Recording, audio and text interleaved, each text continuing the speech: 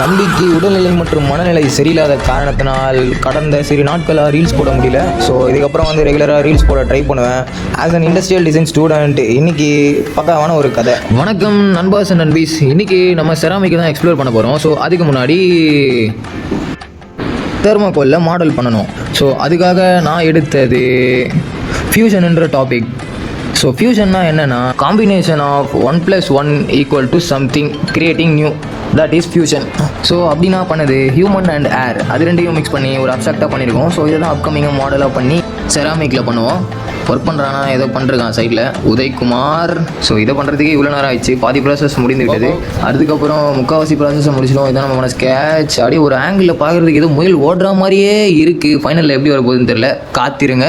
மேலும் இந்த மாதிரி கிரியேட்டிவான விஷயத்துக்கு ஃபாலோ பண்ணிக்கோங்க பேஜை மறக்காமல். வர வழியில் அண்ணன் ஒருத்தர் உதவி நாடிட்டு இருந்தார். ஸோ அவரை டோ பண்ணி மெக்கானிக் செட்டில் விட்டுட்டு கிளம்பிட்டேன். பாய் பாய்.